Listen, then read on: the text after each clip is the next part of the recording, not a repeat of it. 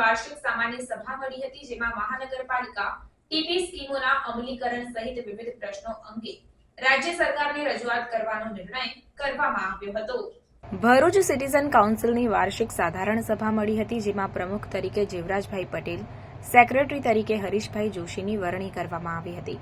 આ પ્રસંગે વૃક્ષારોપણના ભવ્ય સફળ પ્રોજેક્ટ રેવા અરણ્ય અંતર્ગત 20,000 વૃક્ષોનું વાવેતર અને તેનું જતન, મિયાવાકી ફોરેસ્ટમાં 3,000 વૃક્ષો અને જે તે વૃક્ષ અંગે માહિતી મળી રહે તે માટે 250 ઝાડો પર QR કોડના સ્ટીકર લગાડવામાં આવ્યા છે તેવી માહિતી કોર્ડિનેટર નીતિનભાઈ ભટ્ટ અને મોહમ્મદભાઈ જાડલીવલાએ આપી હતી.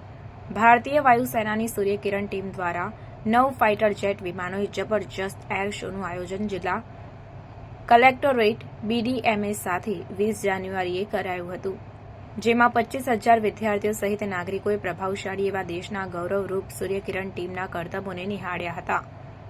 આ ઉપરાંત ઇસરોના સ્પેસ સેન્ટર દ્વારા આયોજિત ઇસરોના વિવિધ સ્પેસ પ્રોજેક્ટોનું પ્રદર્શન અંકલેશ્વરની સ્વામી વિવેકાનંદ સ્કૂલ ખાતે યોજાયું હતું, જેમાં 6,000 વિદ્યાર્થીઓએ લાભ લીધો હતો અને હજારોએ ક્વિઝમાં ભાગ લીધો હતો, જેની વિસ્તૃત વિગતો જયેશભાઈ ત્રિવેદીએ આપી હતી. આ ઉપરાંત નર્મદા કિનારે બોરભાઠા પાસે આવેલ રેલમાં અસરગ્રસ્ત સ્મશાનના જીર્ણોદ્ધાર અંગે ભરૂચના ધારાસભ્યના સૂચન અનુસાર પ્રોજેક્ટનું કાર્ય હાથ ધરાયું અને જે ખૂબ જરૂરી હતું. આ અંગે માહિતી આપવામાં આવી હતી.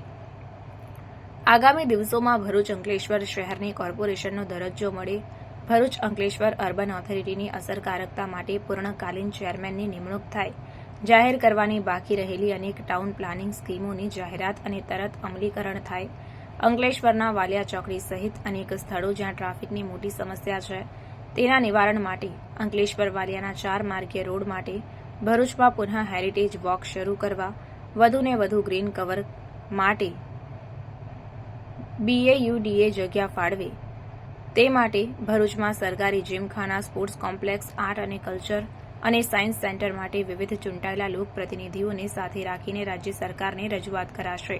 આ અંગે સ્થાપક પ્રમુખ કમલેશભાઈ ઉદાણીએ સૂચનો કર્યા હતા. ભરૂચ અંકલેશ્વરને વધુ જાગૃત, પ્રવૃત્તિશીલ બનાવવા ફોટો, પોસ્ટલ સ્ટેમ્પ્સ અને કોઇન્સ, ભારતીય વાયુસેનાની સારંગ હેલિકોપ્ટર ટીમના કરતબોનું આયોજન, સપ્તક જેવા સંગીત કાર્યક્રમોનું આયોજન આગામી દિવસોમાં કરાશે.